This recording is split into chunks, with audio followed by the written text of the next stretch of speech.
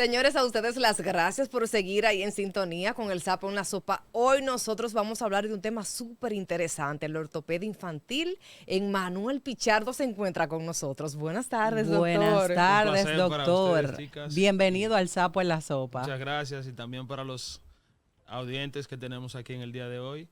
Estamos en la disposición de dar toda la información que cada uno de ustedes necesite el día de hoy. Doctor, aquí en vivo me voy a sincerar. Cambie la foto que usted envía a los medios de comunicación. Yo pensé que usted era un viejo. De verdad que sí. Yo Si dije, tú un viejito que va para allá para el programa. Si tú supieras que muchas personas me dicen eso mismo cuando entran al consultorio. Justo hoy me dice una señora, ay doctor, pero yo pensé que usted era un señor mayor. Yo sí, yo soy un señor mayor. Espérate, el diminutivo hay que cambiárselo, viejito no, viejote. Doctor, vamos de una vez a lo que vinimos. ¿Cuándo debe una persona visitar un ortopeda infantil? Bueno, yo siempre le he dicho a todos mis pacientes y a los oyentes, o a los que me preguntan esto, que el niño puede ir a la consulta desde que está en la barriga de su mamá. O sea, nosotros también hacemos consulta prenatal para orientación y para preparar a los padres para ciertas patologías que se pueden detectar desde antes de que el niño nazca, como son los deditos extras, los pies equinovaros, los pies sambo, gambo, como decimos, malformaciones de que una parte de la extremidad no se forme. Entonces nosotros podemos hacer esa consulta prenatal para preparar a los padres de qué esperar y qué debemos hacer inmediatamente el niño nace. Excelente. Doctor, ¿por qué se quitaron de circulación esas botas tan incómodas pediátricas para los niños? Realmente, hace ya muchos... déjame hacer un paréntesis acá. Este es un tema muy controversial, porque acá como cultura, todo el mundo que tiene un pie torcido o una deformidad, ese niño necesita una bota. Entonces es una cultura que hemos venido rompiendo desde hace mucho tiempo, pero en países ya del primer mundo, donde se investiga, donde se lleva estadística, se ha demostrado científicamente que las botas no funcionan. O sea, en el 1975, unos doctores hicieron un estudio muy amplio con más de 100,000 niños y demostraron que realmente lo que corrige gran parte de las deformidades es el crecimiento y no el uso de las botas. ¿Por qué? Porque las botas son un artículo pesado, incómodo, muy rígido y muchas veces tiene una plataforma que no ayuda a que ese pie se desarrolle como debe desarrollarse. O sea que la bota nunca enderezó el pie. No. Entonces yo siempre digo que las botas se llevan un premio que no son de ellas. ¿Por qué? Porque el niño se va corrigiendo según va creciendo y los padres dicen, pero se corrigió porque yo le puse la bota.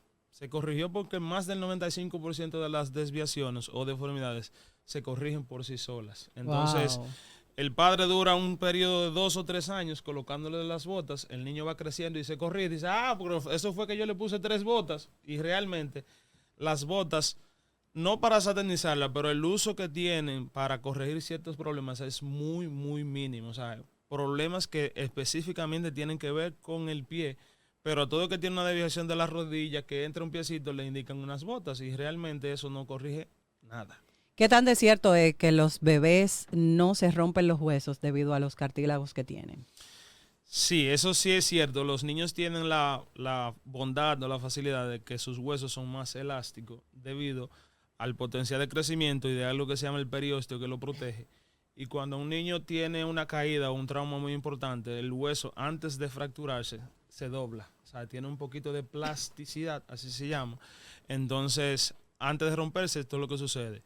Incluso hay una fractura muy común en los niños que se llama la fractura en tallo verde o torus, que es que el hueso en vez de romperse lo que hace es que se dobla y vuelve a su posición. Y yo siempre le pongo el ejemplo es que los que fueron ya de cierta edad jugaron mucho con los tallos de lechosa. Usted agarra un tallo de lechosa, lo dobla y él vuelve a su posición aunque se le queda la marca. Y eso mismo pasa con el hueso se dobla pero vuelve a su posición. ¿Hasta qué edad no se les rompen los huesos a los niños? No, en todas las edades se puede fracturar un hueso. Okay. Y todo va a depender del contexto. Porque, por ejemplo, hay niños que tienen una enfermedad congénita de nacimiento que se llama osteogénesis imperfecta. Y son niños que se fracturan incluso dentro del útero de la madre. Pero también hay niños que tienen traumas, que ahora es más común el trauma porque los niños están haciendo cada vez más deporte de alto extremo. Anteriormente un niño jugaba en el patio tranquilo Y ahora un niño, si tú te descuidas, fácilmente lo encuentras en una verja encaramado, subido sobre un árbol. Y entonces la incidencia de traumas infantiles ha aumentado. Doctor, su punto de vista sobre las madres que colocan tenis y zapatos a los niños de meses que no caminan. Entonces, lo que siempre explicamos acá con este tema es que los niños no deben utilizar calzado hasta que no empiezan a caminar. El calzado antes de esa edad es más estético que funcional. Entonces, mi crítica con esto, yo siempre he sido neutro. O sea, yo siempre le explico, si usted se lo pone, tenga pendiente que es más por estética que por función. Entonces, yo no lo recomiendo porque el pie necesita tener espacio, necesita desarrollarse, necesita tocar texturas diferentes para ir estimulándose y que el cerebro mande información de que ese pie debe fortalecerse. Entonces lo ideal es no utilizarlo. Pero si se lo colocan, tienen que tener pendiente que es más estético que otra cosa. ¿Qué tan de cierto es que a los bebés no se le puede tocar la cabecita por las fontanelas? Conocido en República Dominicana como molleritas. Sí. ¿Qué tan de cierto es eso? Entonces, así, las molleritas o fontanelas es la parte donde los huesos todavía no se han terminado de unir. Y lo ideal es que no se toquen. ¿Por qué? Porque el cerebro está muy en contacto con esta membrana y es muy débil por esa zona. Entonces, cuando se le hace mucha presión sobre esas molleritas o las fontanelas, puede producir traumas a nivel cerebral, aunque no son muy grandes, pero lo ideal es no hacerlo. Doctor, pie chato o sin puente, como dicen los viejos, ¿por qué se caen tanto los niños? Y si esa curvita la pueden desarrollar, ¿qué hacemos con ese pequeño? Ok, entonces, con el pie sin puente o pie plano hay dos grandes vertientes. Está el pie plano flexible, que es más una condición donde todos los huesos están bien formados, pero no tienen la fuerza suficiente para mantener ese puente. Y está la otra vertiente, que es el pie plano rígido, donde la condición se da porque los huesos del pie se unen, están fusionados. Y estos pacientes siempre tienen pie plano o no tienen puente. Entonces, normalmente todos los niños deben tener pie plano. Y luego que van creciendo, a partir del 4º año, donde los huesos ya empiezan a madurar y a formarse, entonces se empieza a aparecer el puente. Entonces, que venga un niño a mi consulta, menor de 3 años y que no tenga puente, no me preocupa.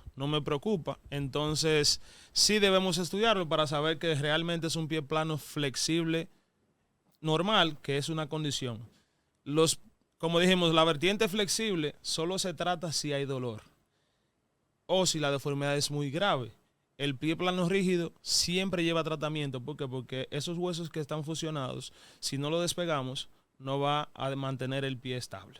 ¿Qué tan frecuentes son los problemas de crecimiento óseo aquí en la República Dominicana? En nosotros, que es una isla, gracias a Dios, que está bendecida, mucho sol, mucha vitamina D, y no sabemos, incluso mis profesores una vez comentábamos que íbamos a hacer un estudio de qué efecto tiene esto sobre la altura del mar, sobre las deformidades óseas.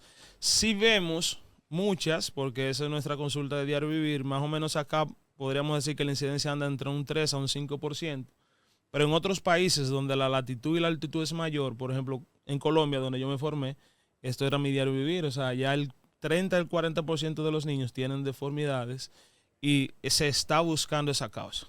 Doctor, hay un término muy popular en los barrios dominicanos, el muchacho gambao. ¿Cómo yo trabajo ese muchacho? ¿Cómo me doy cuenta que tengo que llevarlo directamente al ortopeda? Ok, entonces, se permite que el niño sea en forma de paréntesis, que el término científico es genuvarus o gambao. Espérese, genuvarus. Genuvarus. Entonces, presten atención ahí, genuvarus, que no es gambao. Entonces, para poner un poquito en contexto, genuvaro es todo el que está abierto de las piernas, o sea, en forma de paréntesis, y genuvalgus, todo el que está hacia adentro, o sea, en forma de X, o sea, que se le juntan las rodillas. Entonces, todos en algún momento de nuestra vida tenemos las dos condiciones, pero nuestro organismo, como dijimos ahorita con el crecimiento, se va alineando. Entonces, todo niño por debajo de los 2 años que sea rodilla abierto o gambao, es normal, o sea, es fisiológico. Y de los 2 a los 4 años, entonces pasa lo contrario. Esas rodillas que estaban abiertas empiezan a unirse o a juntarse. Y de los 4 a los 7, entonces terminan ya de alinearse ya la forma definitiva que van a tener de adulto. Entonces, por eso es tan importante saber la edad que tiene ese niño, porque si usted como madre me llega con un niño de 1 año y medio con las piernas abiertas, pues si no, su niño no tiene nada malo. Pero si mamá me llega con un niño de 9 años con la pierna totalmente abierta, ya hay que preocuparse. ¿Y cuál es el tratamiento? Entonces, el tratamiento va a depender de qué lo esté produciendo. Si el segmento afectado es el fémur distal, o sea, el músculo, la parte distal del músculo, o si es la rodilla, o si es mixto. Entonces, dependiendo de la deformidad, se puede ir corregir con el tiempo, como ya dijimos, y los que no se corrigen, entonces planificamos estudios para ver qué tanto interfiere esto en su forma de caminar o en su marcha, y así saber cómo lo debemos de corregir. Entonces, dependiendo de eso, hay un sinnúmero de técnicas y materiales de autosíntesis, o sea, hierros, para uno decidir cómo hacerlo. Hay fijadores externos que van por fuera, hay plaquitas, hay tornillos. Entonces, dependiendo de cada paciente que uno individualiza, entonces uno decide cuál de todos es el ideal para ese paciente. ¿Los niños sienten dolor con el crecimiento de los huesos? Este es otro tema de mucho debate. Anteriormente se consideraba que crecer dolía, pero crecer es algo fisiológico, o sea, si no todos nos quedáramos pequeños. Y también se pensaba que la persona crecía durante el sueño, y ya se ha demostrado también que se crece en todo momento y puede ser muy esporádico, o sea, puede ser en un tiempo crezca mucho y otros no, pero crecer no duele. Ahora bien, hay una condición que se llama dolor por sobreuso, y es que cuando utilizas mucho un segmento corporal, eso produce una combustión muscular, o ese tendón y ese músculo hablan mucho de donde se agarran del hueso, o sea, de la apófisis, y esto produce dolor. Se conoce como dolor por sobreuso y muchas veces la gente lo confunde con lo que es dolor de crecimiento. Son cosas muy diferentes, pero el término real que deberemos utilizar es dolor por sobreuso. Doctor, el tema de practicar deportes, ¿es cierto que los niños que practican deporte crecen más que aquellos que no lo hacen? Sí, el crecimiento es multifactorial, o sea, depende de la herencia de tus padres o de tus familiares, y también depende de qué tanta actividad física el niño o la persona realice. ¿Qué sucede? Que el hueso es un ente vivo, o sea, es un órgano vivo, y cada vez que recibe un estímulo, como la tercera ley de Newton, una acción trae una reacción. Entonces el hueso, cuando se somete a fuerza de compresión, crea fuerza de distracción y hace que crezca más. Por eso uno escucha coloquialmente que el niño que juega mucho basquetbol crece mucho. Y eso es lo que sucede. O sea, el niño que juega cualquier deporte, fútbol, básquetbol, como está en constante salto, movimiento, cambio de dirección, esto estimula el hueso a que crezca más. ¿A qué edad es el límite de crecimiento? Cuando ya yo digo, mira, después de tal edad yo no eché ni un chin más para allá ni un chin más para acá. Ahí me quedé. Entonces eso es muy variable. ¿Por qué? Porque la edad cronológica, que es la edad que celebramos, es muy diferente a la edad ósea, y eso varía en más del 80% de las personas.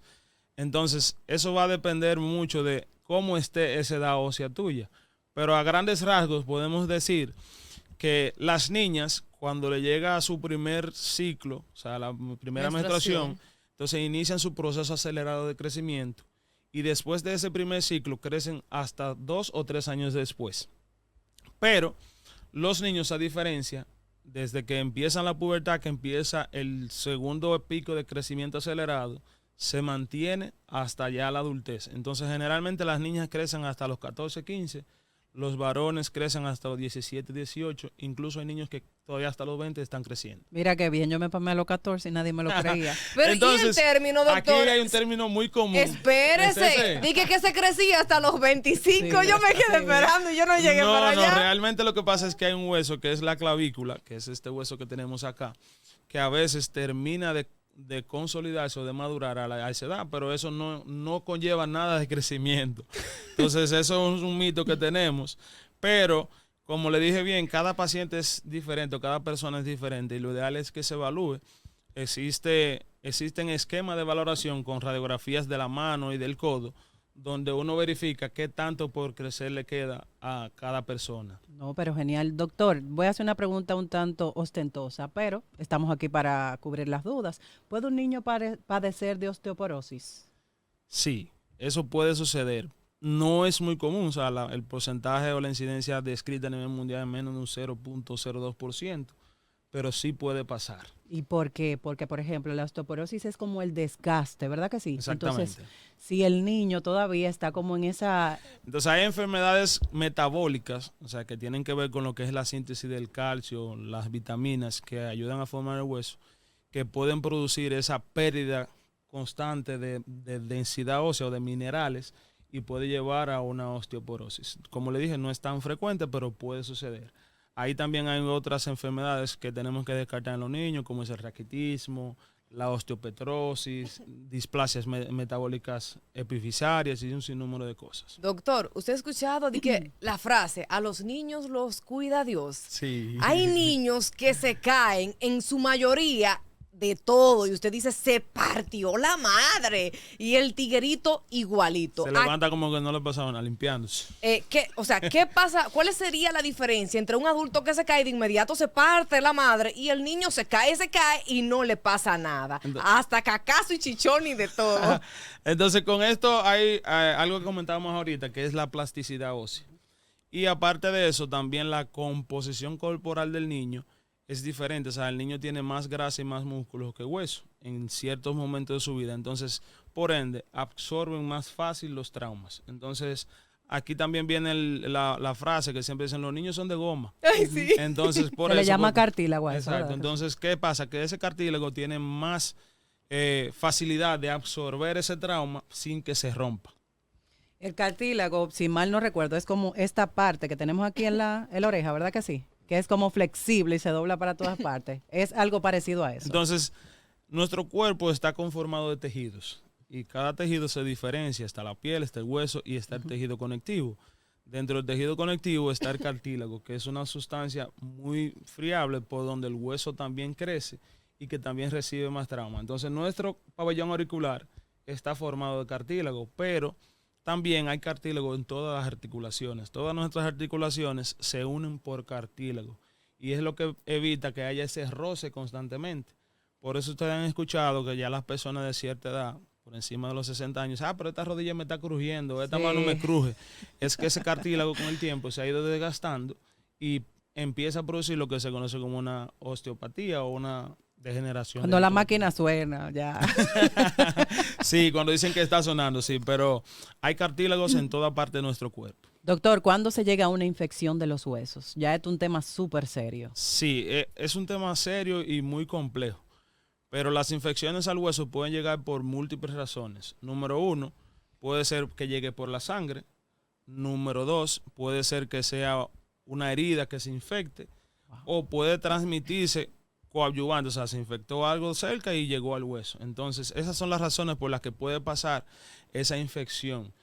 Son súper complejas. ¿Por qué? Porque sanar una infección que llega al hueso conlleva de la utilización de muchos medicamentos, muchos procedimientos quirúrgicos y mucho tiempo. ¿Por qué? Porque el hueso, para que el medicamento llegue a donde está la infección, necesita llevar un trayecto muy complejo. Doctor, hablemos de los zapatos. Se está criticando la estructura, el diseño que nosotros utilizamos los zapatos. Hay gente o expertos que dicen que los zapatos deberían tener la división de cada uno de los dedos para sostener y apretar el pie. ¿Es cierto o no? Últimamente se ha valorado mucho y se ha estudiado mucho eso, el uso del calzado adecuado. Anteriormente, en los 70 hasta los 90, entre más fino era el zapato, más elegante. Pero se ha demostrado que ese zapato no es el ideal para nuestro pie. Nuestro pie y los dedos necesitan cierta apertura para tener más estabilidad y más fuerza.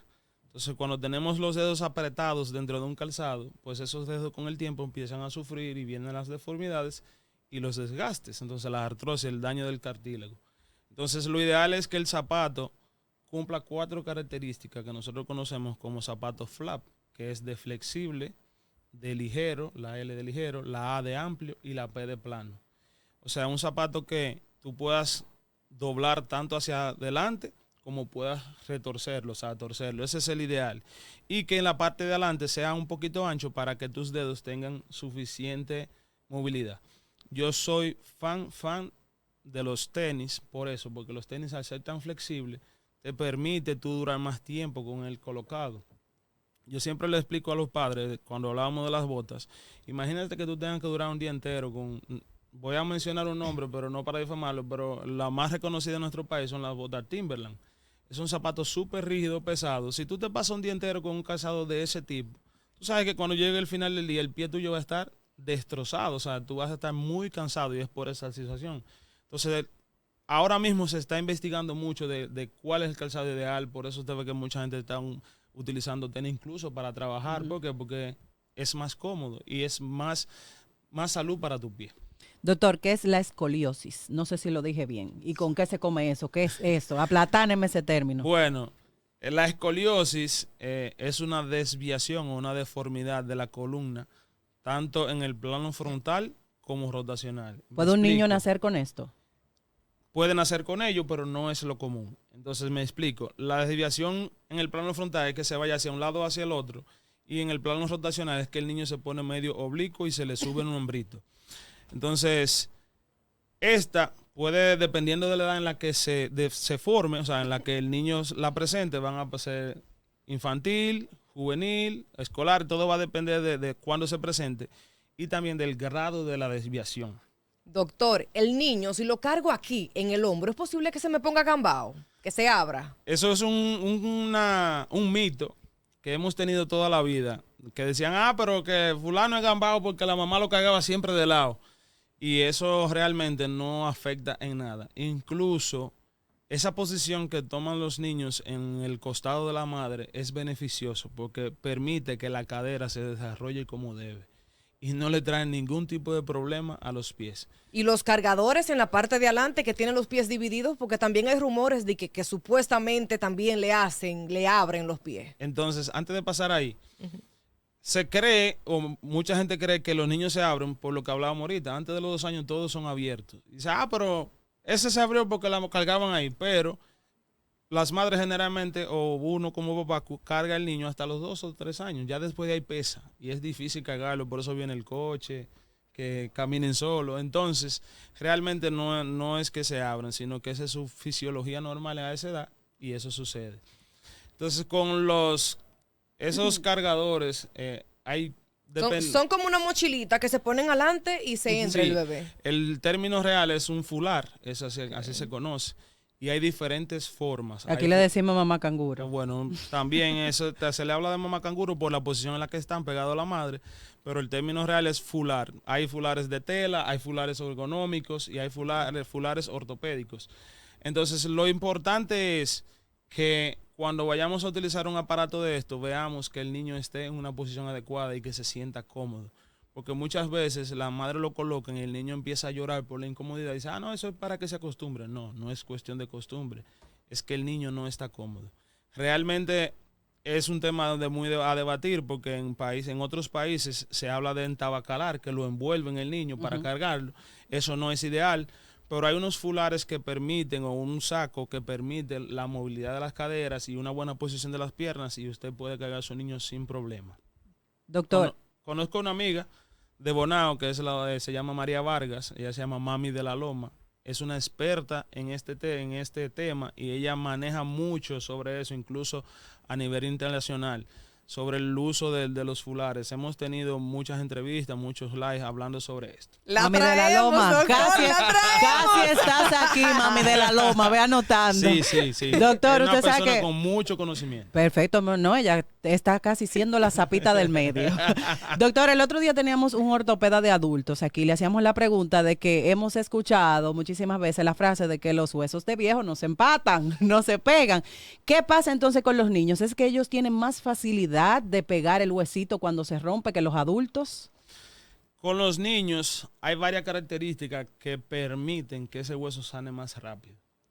Anteriormente se decía que hay una frase muy coloquial en la ortopedia pediátrica que dice que ese hueso del niño pega hasta con saliva. Sí. O sea, que quiere decir que pega fácil. Entonces, ¿por qué? Porque como el niño está en crecimiento, siempre hay muchas células formando nuevas células. Ya en una persona de cierta edad, en vez de producirse células nuevas, esas células van muriendo. Entonces, eso es lo primero. Lo segundo es que estructuralmente el hueso del niño tiene una malla que lo envuelve que se llama periósteo. Y el periósteo es un estimulador del crecimiento óseo, un suplidor de sangre y un protector. Entonces, este periósteo, esa malla, cuando el niño se fractura, pues crea un hematoma que rápidamente se convierte en hueso. Wow. Entonces, por eso los niños, las fracturas pegan tan rápido. Y aquí hay una peculiaridad, es que ciertas fracturas en los niños no tienen que quedar 100% alineadas. ¿Por qué? Porque aunque quede con un poquito de deformidad, como ese niño va a crecer, existe algo que se llama la remodelación, o sea que el hueso se va alineando según va creciendo. Excelente. Y yo le explico mucho a los padres que esto es como el pañete de las paredes. Primero le tiran mucho cemento y después que ese cemento empieza a secar, entonces lo van puliendo. Y así mismo hace el hueso. El hueso crea mucho hueso para pegarse y luego de que pega, entonces empieza a alinearse o a limpiarse o a pulirse. No, excelente. Doctor, ya se nos está agotando el tiempo, pero su punto de vista sobre las madres que comienzan a comprarle zapatillas o tacones a sus niñas de 3, 4, 5, 6, por ahí los años. Totalmente contraindicado. Madres, por más linda que se vea su niña, trate de no hacerlo. ¿Qué sucede con el calzado de tacón o con que tiene realce? Que cambia totalmente la anatomía del pie. Y al cambiar la anatomía del pie, pues esas cargas que recibe el pie de nuestro cuerpo, pues se cambian o se van a una zona diferente que no debería. Y puede traer cambios en el hueso, deformidades en los huesos y aparte de esto también puede traer acortamiento de los músculos de la pantorrilla, como dicen generalmente el tendón de Aquiles, que a futuro puede hacer que la niña camine en punta de pie por el uso constante de tacones. Entonces está totalmente contraindicado el uso de tacones. Si en algún momento le van a colocar un tacón a una niña, que no sea mayor a 1,5 centímetros, porque a partir de 1,5 centímetros cambia toda la anatomía y puede haber cambios en ese pie. Déjeme hacer un pequeño paréntesis. ¿Tú tienes otra pregunta? No, dale para allá. Doctor, los niños que caminan en puntilla, ¿me asusto o no me asusto?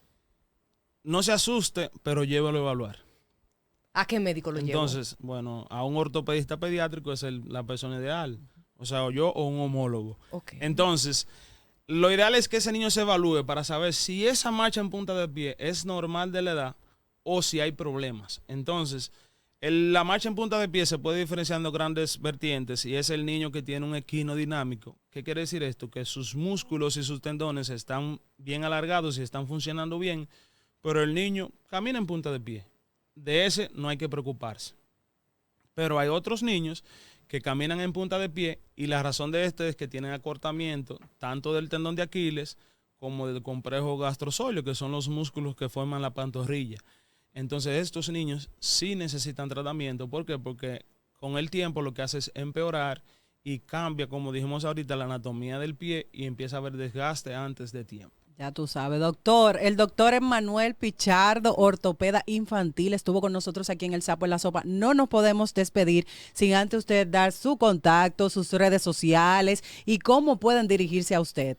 Ok, entonces mis redes sociales son Ortopedia Infantil RD. Ahí me pueden encontrar tanto en Instagram, Facebook, YouTube, TikTok. Yo soy muy fan. Pero de usted las no redes. tiene esa foto que tiene. Sí, está en la foto. Lo que pasa es que las fotos generalmente no dan la magnitud de la persona. Él es más joven de lo que se ve ahí, señores. Es grande y la foto se ve chiquito. Entonces, yo estoy ubicado aquí en Santiago, en el Homs. Yo estoy en el edificio nuevo donde está el hotel, en el 4º nivel, consultorio 410 para servirles. También estoy en La Vega, en el Policlínico La Vega. Y en Santo Domingo hacemos una consulta los viernes por la tarde en un centro allá llamado Imperial Health Clinic. Poderoso, señores. Está en Santiago, La Vega, y si quiere irse un chisme para allá, en Santo Domingo también. Así que ya saben dónde pueden encontrar al doctor. Tristemente no hay tiempo para más. Será hasta mañana. Feliz yo, señores. No me venga con tristeza. Felicidad, que hoy es lindo. Hoy es un día Triste lindo. de que nos Lunes. despedimos de ustedes, A todo pero cañón. mañana volvemos. Yo feliz porque me estoy despidiendo y mañana voy a estar bien otra vez. Bye.